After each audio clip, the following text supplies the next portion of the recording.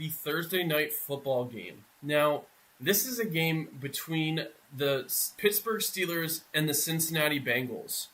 So we have an indivision game. Again, this game is in Cincinnati, and this is an interesting game for a couple reasons. Mostly, again, because it is an indivision game. The Bengals are technically in second place behind the Pittsburgh Steelers. And so if the Bengals want to have any chance of hanging on to of playoff hopes for when Joe Burrow gets back, this is one of those must-win games for them. If they go to 2-5 and have a loss against the Pittsburgh Steelers this early on, I really find it hard to believe that the Bengals are going to be able to bounce back from this situation. You're going to be putting Joe in a situation where he's coming back probably somewhere around week 14, week 15, and he's just not going to have enough time to, one, get back into the swing of things, but also, be able to get this team enough wins. So again, this is an interesting game from that perspective. Now, the other reason why this is interesting is the fact that Joe Flacco, who was the Cleveland Browns quarterback, is now the Cincinnati Bengals quarterback. And, I found it interesting, and I'm not sure if anyone else saw this, but Mike Tomlin, in his post-game press conference last week, brought up the fact that he was like, the Browns trading a quarterback to the Bengals who are hurting at the quarterback position just doesn't make sense. It doesn't make sense to help out an in-division rival.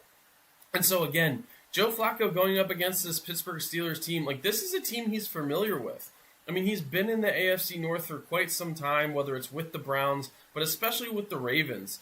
And he's been able to cook up some magic against the Steelers in the past. I'm thinking about Torrey Smith along the sideline catching a 34-yard touchdown to win the game for the Ravens against the Steelers back in 2011, right? There's a lot of situations like that in this rivalry. And again, this is a game in Cincinnati. Now, one of the biggest question marks and things that you need to pay attention to when it comes to this game is Trey Hendrickson going to be available for this game? Trey Hendrickson is the leader of this Bengals defense. Now, this Bengals defense does struggle mightily. They have one of the weakest defenses in the NFL.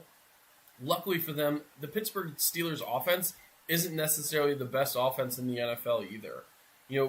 Aaron Rodgers, he has 10 touchdowns and 3 interceptions on the year, but he still has less yards than a quarterback like Spencer Rattler. Right? Let's think about that. Spencer Rattler has 1,217 yards. Aaron Rodgers has 1,021. Right? He has almost 200 less yards than Spencer Rattler. Jaylen Warren is their number one running back. Jaylen Warren is one of the worst starting running backs in the NFL. He has 54 carries for 184 yards. None of these players on the Pittsburgh Steelers offense is prolific. The biggest thing that they do is just take advantage of the opportunities they have. And I know that sounds very basic, very simple, but what I mean by that is, this Steelers team, if their defense causes a fumble or there's a good punt return or, they're able to make one big play in a drive, they capitalize on those opportunities. They get the touchdowns when they have the chance to get them. Again, they're not rushing down the field, drive after drive after drive. They're punting a fair amount. They're not giving up the ball too much, which definitely helps them out. But they're just taking advantage of the short field opportunities that they get. And again, when it push comes to shove, they're 4-2, and that again is because they win these games by just taking advantage of the opportunities that they have. They're not doing anything extraordinary. They're not doing anything special. They're just being consistent. They're being, being proactive in making sure that they put points up. Now, again, without Trey Hendrickson, I find it really hard to believe that this Bengals team is going to have any sort of shot against the Pittsburgh Steelers. The Pittsburgh Steelers, what they're known for is defense, and this Bengals offense without Joe Burrow has looked anemic at best. Joe Flacco, he's able to sling the ball far down the field. That's really his strength. But the challenge is the fact that this Cincinnati Bengals offensive line doesn't give him a lot of time. This Bengals offensive line, they're Swiss cheese. That's why Joe Burrow is injured. And so Flacco isn't going to have the time. He has to get the ball out of his hands quick in order for them to be productive. And again, I said this last week, for this Bengals team to be successful, you're going to have to throw a lot of slant routes. You're going to have to throw a lot of screen passes, short out routes, and then just let their talented receivers take over and take advantage of the opportunities that they get.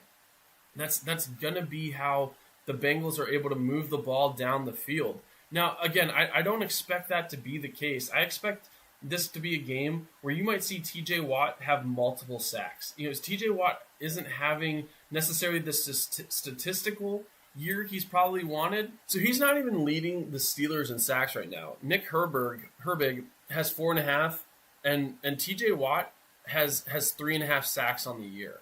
Right? Again, so that is not necessarily numbers that you're going to be proud of or be like, oh yeah, we're absolutely killing it, especially from a TJ Watt perspective. TJ Watt, again, he's not even close to being in the top 10 in sacks. He's 23rd in the NFL right now. I think this is a game where he could break out and you could see TJ Watt getting multiple sacks in this game. I really do think that.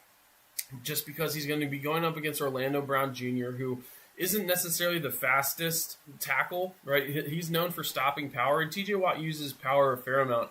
But what he's known for is just getting out on the edge quick and getting around his defender, right? And so I expect the Steelers to win this game. I think the Steelers win this game 28-17.